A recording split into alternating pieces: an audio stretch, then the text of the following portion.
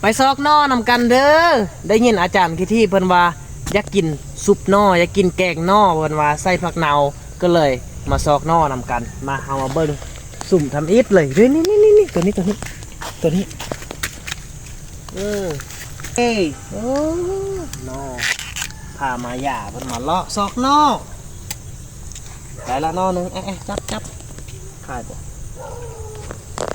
ถ้านอดินจะยุดตามแบบดินนี่เนาะนอดินเดี๋ยวซอกมันก่อนเห็นบ่ดี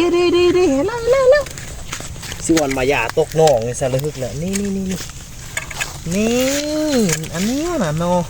อหิวตรงมาแอนี่เฮ้ยนออะไรบ่อันนี้นอเบาแล้วที่แอ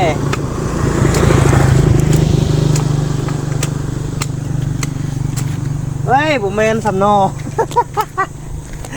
นอเบาบ่ได้ไปสุ่มอื่นไปเลาะสุ่มอื่นกันผมมีแล้วสุ่มนี้ไปอย่างอีก2-3สุ่มอยู่ทางหน้าเดี๋ยวเราไปซอกนำกันใหม่บางทีอาจจะมีโนใหญ่ๆก็เป็นอะไรถ้าได้โนใหญ่ซัมพีนี่ฮับห้องอะไรว่าพอเลยไปมาย่าลุยต่อ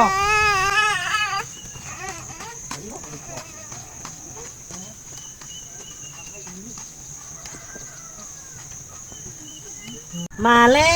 วนี่มาพบนอแล้วบางทีก็อาจจะพอแล้วได้บนนี้อันนี้จะเห็นหอยเก้าเขาจะสับสุดใส่จะเป็นนอใหญ่ส่วนใหญ่จะเป็นนอดินหมดนอดินเขาจะว่านี่มันจะอยู่ในดินเป็นนอสั้นเลยนี่นอดินเน่นี่ได้แล้วนี่ตัวนี้โอ้3 นอ1 นอ2 นอ3 นอแถมมาลอง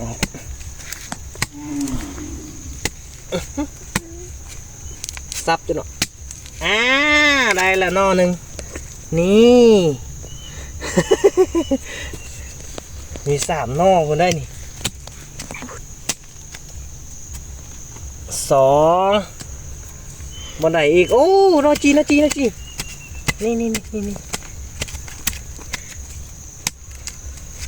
ได้ตะปายท่านนี้โอเค4 นอสุดท้าย4 นอ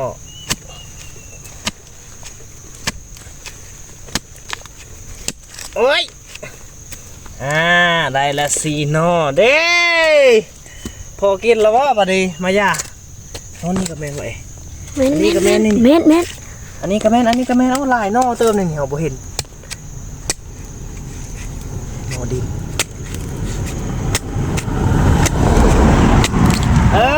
นี่ได้แล้ว4 นอ5 นอลองมึงดูยังมีอีกบ่เดี๋ยวซอกไม่ก่อนว่ามีบ่แถวนี้นี่น่าจะบ่มีนั่นแหละนอน้อยย่านลองนอน้อยกายมายาเนาะบ่เอาไปเอานอออกมาได้ ได้แล้วทุกคนได้แล้วนอนี่ดีเดี๋ยวจะไปแกงใส่ผักนาวให้แม่ขี้ที่เนาะมายาเนาะให้แม่ขี้ที่กินบุญปลาเล่าบ่เป็นไงก่อนจีได้นี่โอ้ยไปเอานอไปแกงกันเด้อเอานอไปแกงให้แม่กินกินก่อน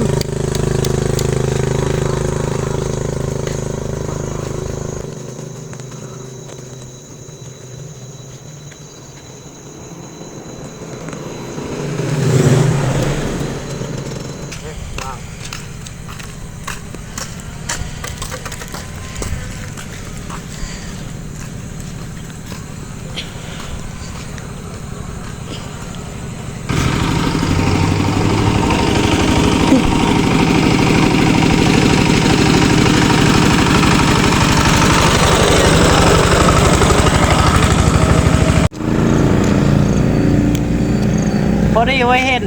ก่อพักเนาหักทับทางก็เลยว่ายักเย็ดเอาเนี่ยว่าพักเนานี่แหละไปใส่แกงนอกนี่